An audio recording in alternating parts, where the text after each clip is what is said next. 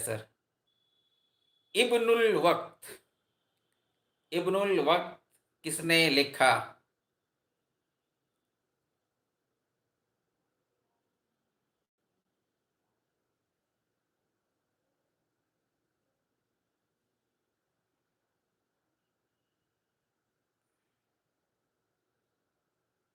मिराज, गलत बात।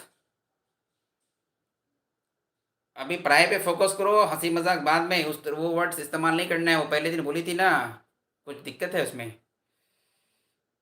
चलो इरम, सकीना, उन को इग्नोर करो, तुम लोग अपना ध्यान दो इधर। मिराज, छोड़ दो, मजाक अभी करना तुम लोग। चलो बकर, सबा, अरसी, मिराज, अमन, सकीना, इरम, सही से ध्यान दो।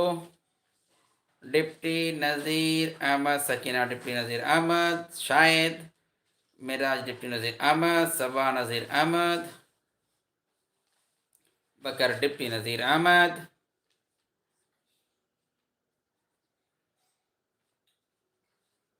मत बोलना प्लीज, हाँ नहीं बोलेगा, नहीं बोलेगा।